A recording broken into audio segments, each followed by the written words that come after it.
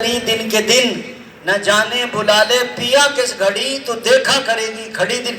جب موت کا وقت آ جاتا ہے تو سارے کام دھرے رہ جاتے ہیں، 1 منٹ بھی نہیں ملتا۔ ہمارے بزرگ ہیں وہ کوئٹہ گئے، ہمارے بہاولپور کے امیر بھی ہیں بھائی ارشاد صاحب، کہہ رہے جب کوئٹہ گئے تو وہاں ایک ڈاکٹر کی دکان، شام کو گشت میں نکلے تو ان کو ملا کوئی نہیں، تو وہ پھر جو ہے دیکھا ایک جگہ لکھا ہوا تھا نائٹ کلینک، یہ کلینک رات کو کھلتا ہے، تو اندر گئے تو بہت سارے مریض بیٹھے ہوئے تھے۔ ہم نے سوچا اور تو کوئی ملا نہیں، تو چلو ڈاکٹر سے بات کرتے ہیں، مریضوں کو دعوت دیں گے۔ اللہ کی شان اندر چلے گئے تو ڈاکٹر صاحب مصروف تھے، سارے مریض جب دیکھ لیے پھر وہ میڈیکل ریپ آ گیا، پھر اس کو ٹائم دیا، اس کے بعد پھر ہمیں بولا مول صاحب آپ بھی آئے۔ ڈاکٹر یہ سمجھ رہا تھا کہ یہ دوائی لینے آئے ہیں، یعنی تبلیغ والے، اچھا ہم تو دعوت دینے گئے تھے، وہ ہمیں مریض سمجھ رہا تھا، ہم اس کو مریض سمجھ رہے تھے کہ یہ بیچارہ مریضوں میں پھنسا ہو، اس کو نکالیں کسی طریقے سے۔ اس نے کہا مجھے مریض والی کرسی پر بٹھایا، کہنے کہ ڈاکٹر صاحب آپ کو کیا تکلیف ہے؟ اس نے کہا ڈاکٹر صاحب کو ایک تکلیف ہو تو بتاؤں؟ تکلیفوں کا تو پلندہ ہے، بہت ساری تکلیفیں ہیں۔ اس نے کہا کچھ تو بتائیں گے تو علاج ہوگا۔ اس نے کہا تکلیف یہ ہے کہ مرنا ہے لیکن مرنے کو دل نہیں کرتا، یہ تکلیف ہے۔ اس کا بھی دماغ گھوم گیا، اس نے کہا یہ پہلا ہی مریض آیا زندگی میں، جو بندہ مرنا نہیں چاہتا اس کا مطلب یہ ہے کہ یہ اللہ سے نہیں ملنا چاہتا۔ یہ موت اللہ سے ملاقات ہے، یہ تو مومن کا تحفہ ہے، یہ موت تو جنت کا داخلہ ہے۔ حضرت عباس رضی اللہ عنہ جب اللہ کو پیارے ہوئے تو ان کے بیٹے ابن عباس رضی اللہ عنہ بہت غمگین تھے، بہت لوگوں نے تسلی دی لیکن تسلی نہیں ہوئی۔ دیہات سے ایک بدو آیا دیہاتی، تو کہنے لگا کہ ابن عباس، ان کی تو بڑی عمر دی تھی حضرت عباس رضی اللہ عنہ کو، تو 10 سال پہلے بھی لے جا سکتے تھے، مالک تھے کہ ہاں لے۔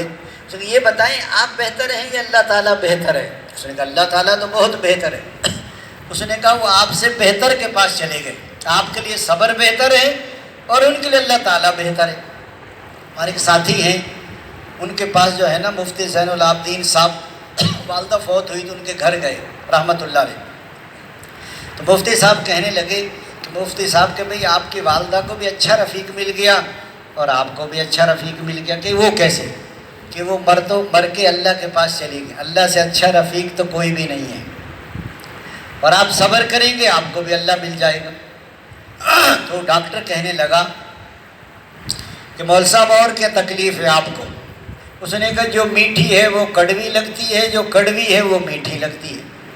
دعوت ہے، تعلیم ہے، ذکر ہے، نماز ہے، اس میں تو بڑا مٹھاس ہے، لیکن دنیا دار کو عبادت میں لذت نہیں آتی۔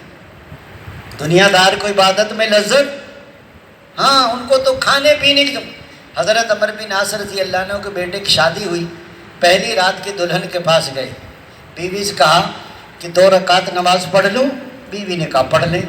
2 رکعت کی نیت باندھی تو صبح سحری تک پورا قرآن ختم، پھر روزہ رکھ لیا، پھر شام ہو گئی، اگلے دن پھر بیوی کے پاس گئے عشاء کے بعد، کہنے کہ 2 رکعت نماز پڑھ لوں؟ بیوی نے کہا پڑھ لیں۔